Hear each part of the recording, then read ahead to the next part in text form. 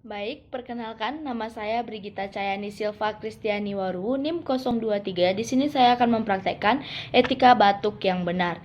Sebelumnya kita harus tahu etika batuk itu apa. Etika batuk adalah tata cara batuk yang baik dan benar dengan cara menutup hidung dan mulut dengan tisu atau menggunakan lengan baju sehingga bakteri tidak menyebar ke udara dan tidak menular ke orang lain.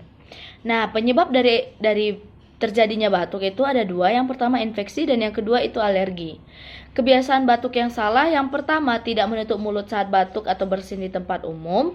Yang kedua tidak mencuci tangan setelah digunakan untuk menutup mulut atau hidung saat batuk dan bersin. Dan yang ketiga membuang ludah atau batuk di sembarangan tempat.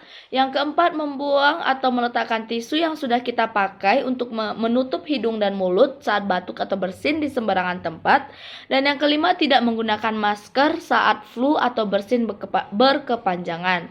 Baik, di sini saya akan mempraktekkan etika batuk yang benar. Sebelumnya saya menggunakan hand sanitizer, menggunakan tisu, dan menggunakan masker. Nah, etika batuk yang benar jika kita menggunakan tisu, yang pertama kita menutup hidung dan mulut seperti ini.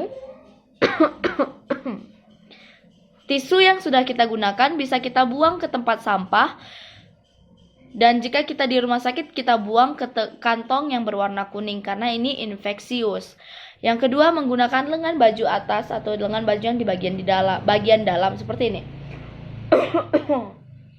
Dan yang ketiga, kita menggunakan masker jika kita batuk atau bersin atau flu berkepanjangan. Setelah kita menutup hidung dan mulut di saat kita batuk, kita harus mencuci tangan menggunakan sabun atau air ataupun menggunakan hand sanitizer. Jangan lupa mencuci tangan menggunakan 6 langkah seperti ini.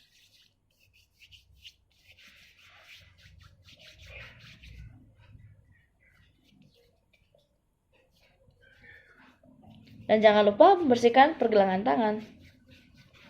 Sekian etika batuk dari saya, terima kasih.